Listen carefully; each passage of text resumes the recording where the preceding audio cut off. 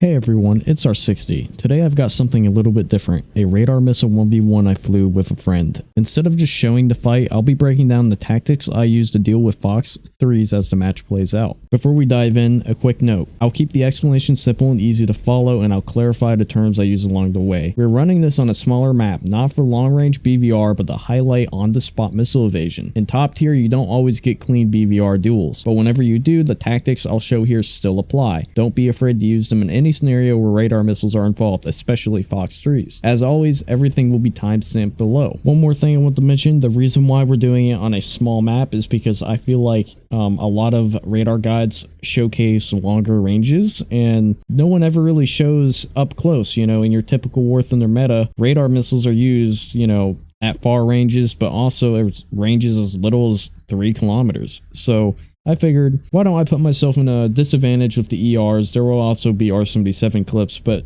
it's starting off with the ERs against AIM-120s when I am well within the AIM-120s NES. The next section is going to be all about terms I'll be using, so make sure you check that out if you don't know shortened terms for certain things. So I'm going to get these terms out of the way. These are some terms I'll be using going into this. If you don't know, you can always come back here and check them out if you need to hear them again.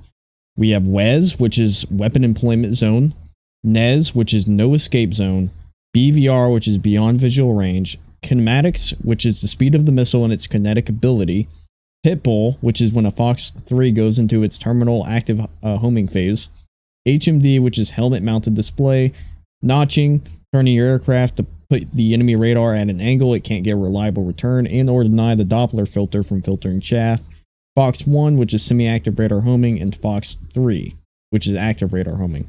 These are all terms I will be utilizing within this video. If you hear something that you don't remember, feel free to come back here and hear the list. As always, feel free to ask questions in the comments. Anyways, on with the video. So on with the first clip here, you can see I'm in the SU-27, I am rocking ERs. My buddy in this case is running a 13.0 which matches mine. It's the F4F ICE, it also has AMRAAMs. We are within 20 kilometers, you can clearly see his jet, you can clearly see his contrails, and starting off here you can kind of see that I am reducing closure. Closure just means the rate at which I'm getting closer to the missile. By pulling away and managing my speed, I force the missile to travel farther and burn more of its energy before it reaches me. Basically, I'm stretching its kinematics so that by the time it gets close, it doesn't have as much energy left to track effectively. You'll notice I'm rolling the jet, not into a full notch at first, but just far enough to push my radar lock to the very edge. Then I roll into the full notch to drop chaff, and because the flanker's large caliber countermeasures are so effective, it usually only takes 1 to 3 drops to break a missile. From there I roll back, snap the HMD, and relock. This updates the ER mid-flight and keeps it on track. As you can see here, it got me a frag, and I actually just barely evaded this AMRAAM. So in this situation, I push to get the launch first. Getting the ER off first matters much. It's kinetically superior. The ER accelerates faster and holds more energy at range than most AIM-120 variants. So at first hot launch, especially at this range, gives me an advantage. So you'll see I already start reducing closure by banking left and keeping my radar locked to keep the ER on guidance, and I actually realized that there's an AMRAAM really close, like within 5 kilometers, so I immediately hit the notch and start dropping chaff. And I actually do a full 180, and in the actual clip I don't have the audio because it messed up, but in the actual clip you can hear the AMRAAM just barely pass, and I utilize my HMD to launch a high off-board sight ER. You'll notice that I'm always staying within a position where I can always defend easily, and that's super important because you never want to just directly head on something that has radar missiles.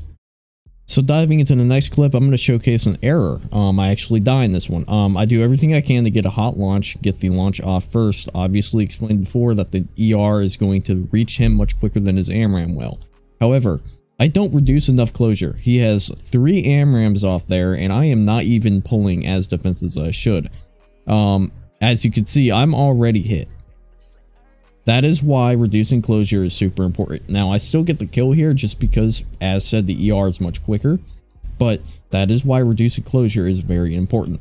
Basically, what had happened there was he launched an AMRAAM at the start and then volleyed another 3. I didn't know there was already another AMRAAM in the air, and that was the downfall of that fight right there. So diving into the MiG-29 SMT, this plane utilizes R-73s and normal R-77s, not Dash 1s, the regular terrible per se R-77s. And something I want to note about this MiG-29 is if you look at its radar, it can hold a lock at 85 degrees. Keep in mind, a notch only needs to be 90 degrees. That is really important.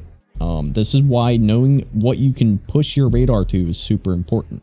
I can pretty much almost fully notch a missile while holding a single target track with my radar to keep my missile up to date. So here I start off by launching an R-77 and I immediately reduce closure and start going defensive, as I can see that I have the new target is an F-15C and the missile is already pitbull. So that means the AMRAAM is already on its way and, you know, rapidly approaching me. So I immediately reduce closure and start dropping chaff. Now, pretty much I am, you know, pretty much immediately defeat that missile. Now, the thing about these tactics that I'm showing y'all is you aren't really going to know if you actually defeated the missile, if it's burnt out.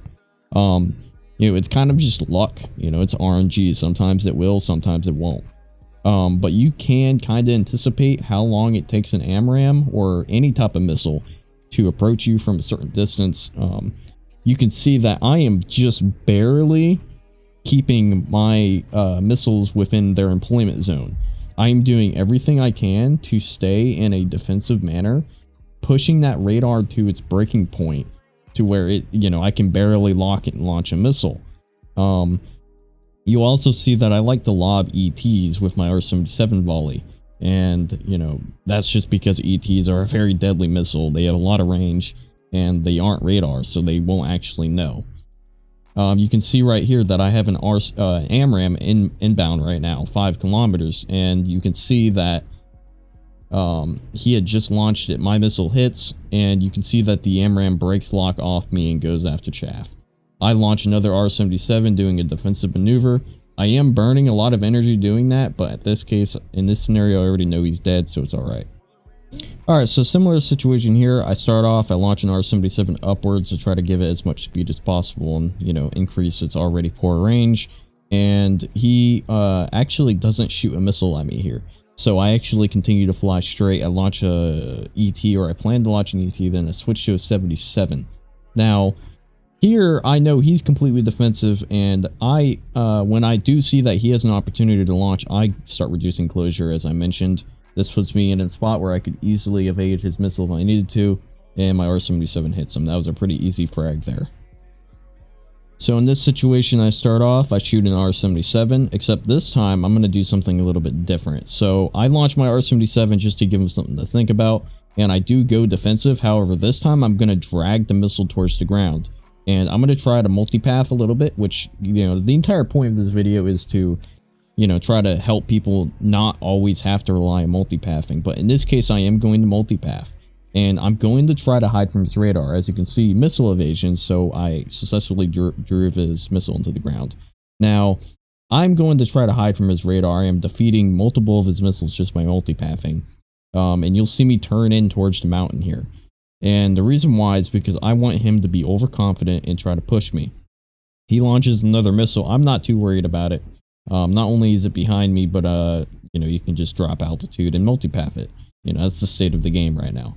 So I plan to use these mountains as coverage. I want to bait him using his, you know, superior speed, as he's an F-15, to come after me and potentially overshoot.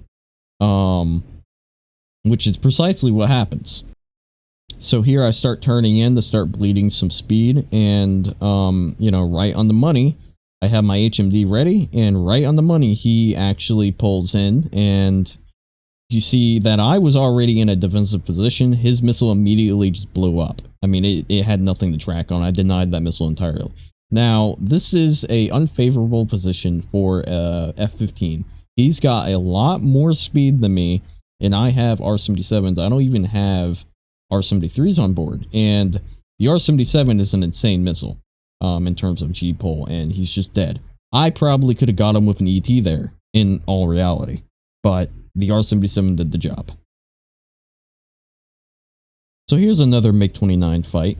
I start off as per usual. I launch an R-77 upwards to try to give him something to think about. He hasn't even tracked and launched at me yet by this point, and I'm already defensive. There's a very high chance that if you can immediately defeat that missile or immediately go into a notch and chaff, there's a high chance that you can just flat out defeat the missile immediately.